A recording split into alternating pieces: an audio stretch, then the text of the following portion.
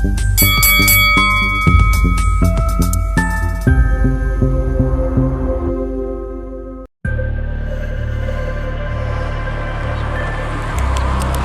Ito po ba yung room 4 and dito sa Guadalupe?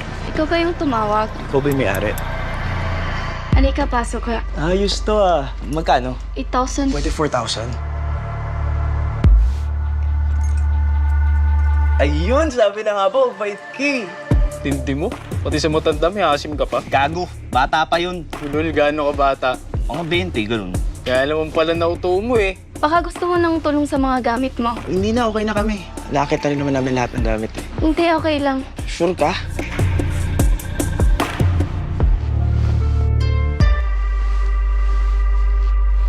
Maligo muna ako, may naman na kasi magpadali eh.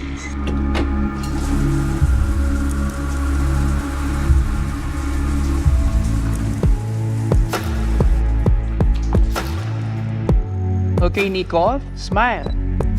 Nangyari sa'yo? Napauwi. Kalma lang, tol. Kailangan ko na ng pera. Cheers! Cheers. Wala bang magagalit na nandito ako ngayon? Wala. Sa ganda mo ngayon, wala kang boyfriend? Ako maganda, lotion na lotion nga ako eh. Walang magkakagusto sa akin. Pasensya na.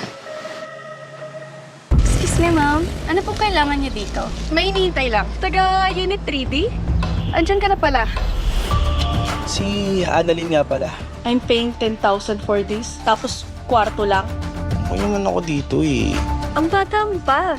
Actually, hindi ako yung may-ari ng building na ito. Nagkasakit kasi yung lola ko kaya ako na yung namamahala.